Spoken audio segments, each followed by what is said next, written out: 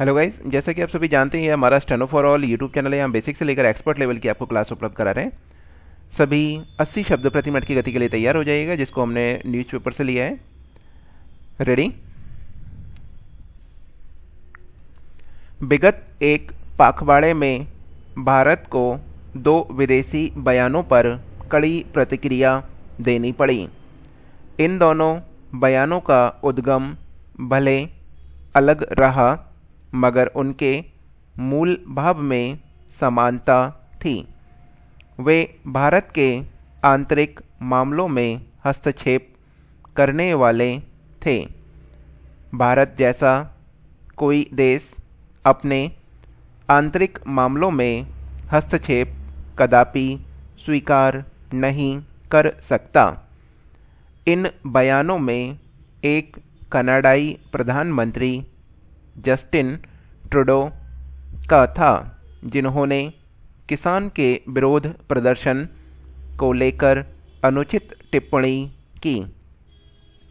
दूसरा बयान जम्मू कश्मीर के संदर्भ में इस्लामिक देशों के समूह यानी ओआईसी की ओर से आया।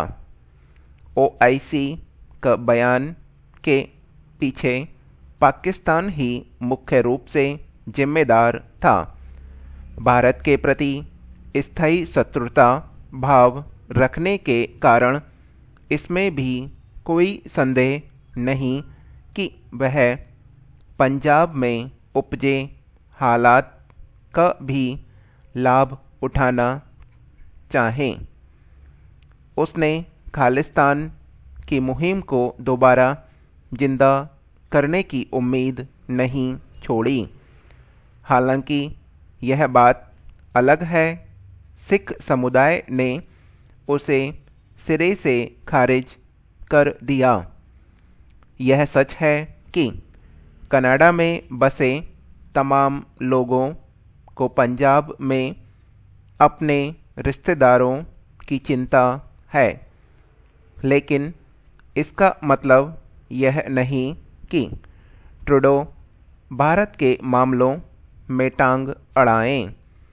कनाडा को भारतीय कृषि नीति में हस्तक्षेप का कोई हक नहीं। कुछ जानकारों ने ध्यान भी आकृष्ट कराया कि कनाडा भारत में किसानों को दी जाने वाली न्यूनतम समर्थन मूल्य का विरोधी है, और उसने विश्व व्यापार संगठन जैसे मंच पर इसका विरोध किया है। स्पष्ट है कि कनाडा भारतीय किसानों के हितों का हमदर्द नहीं, पर अपनी घरेलू राजनीतिक मजबूरियों के चलते किसानों का समर्थक होने के दिखावे में जुटा है। वैसे भी कनाडाई नागरिकों के भारतीय रिश्तेदारों की सुरक्षा में क्या कनाडा सरकार की कोई भूमिका हो सकती है? इसका उत्तर है नहीं। भारत में रहने वाले सभी भारतीय नागरिकों की सुरक्षा का एकमात्र दायित्व भारत सरकार का है। साथ ही पंजाब के लोगों या किसानों के खिलाफ कोई सख्ती भी नहीं की जा रही है। दरअसल कनाडा की राजनीति में सिखों के प्रभाव ने ही ट्रूडो को ऐसी टिप्पणियों के लिए मजबूर किया। कनाडा की कुल आबादी में भले ही सिखों की संख्या बहुत अधिक न हो, मगर वे राजनीतिक रूप से बहुत संगठित और सक्रिय हैं।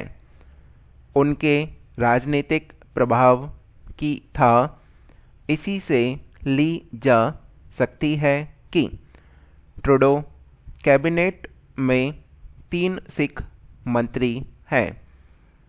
यहाँ यह भी अनदेखा नहीं किया जा सकता कि कुछ कनाडाई सिख नेता खालिस्तान की मुहिम के साथ सहानुभूति रखते हैं।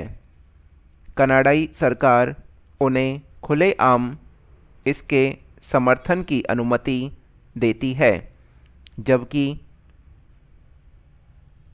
ऐसे विचार भारत की क्षेत्रीय अखंडता के खिलाफ हैं।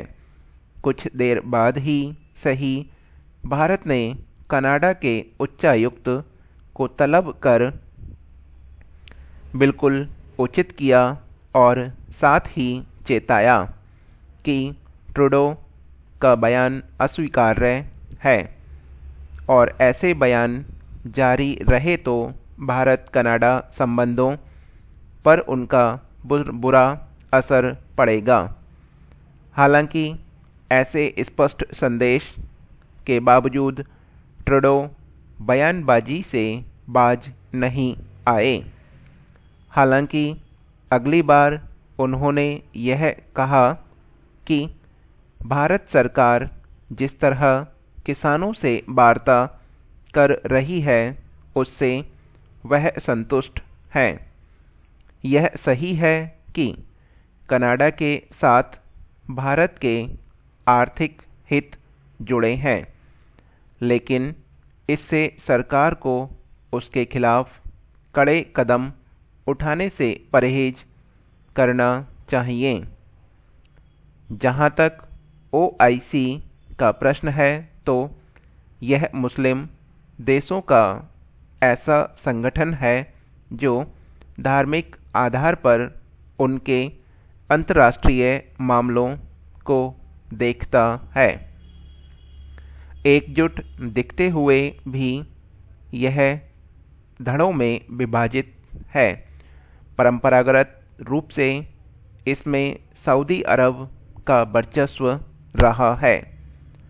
हाल में तुर्की ने सऊदी अरब को चुनौती दी है। खुद को मुस्लिम जगत का रहनुमा दिखाने और पाकिस्तान से पारंपरिक जुड़ाव के चलते तुर्की ने भारत सरकार। यह हमारी डिक्टेशन समाप्त हो गई है। जो भी लिखना चाहते हैं, पढ़ना चाहते हैं, पढ़ने के लिए आपको गूगल मीट का लिंक दिया गया है। आप गूगल मीट के माध्यम से जुड़कर पढ़ सकते हैं। और जो भी हमारी वेबसाइट www.stenoforall.com पर जाकर टाइप करना चाहते हैं उनके लिए टाइपिंग का ऑप्शन है।